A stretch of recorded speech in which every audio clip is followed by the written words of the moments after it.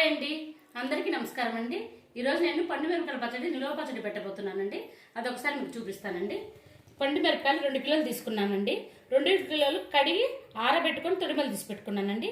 ఈ 2 కిలోలకి చింతపండు 400 గ్రాములు చింతపండు తీసుకున్నానండి.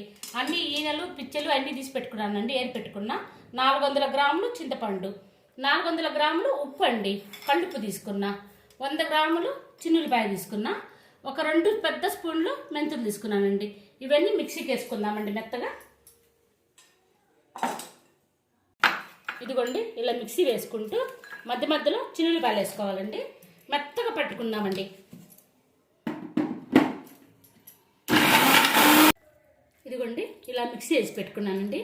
ఇలా మూత పెట్టి 3 రోజుల తర్వాత తాలింపు వేసుకోవచ్చండి. మనకి ఎప్పుడు కావాలంటే అప్పుడు తాలింపు వేసుకోవచ్చండి. చాలా టేస్టీగా సంవత్సరం అంతా నిలువ ఉంటుందండి.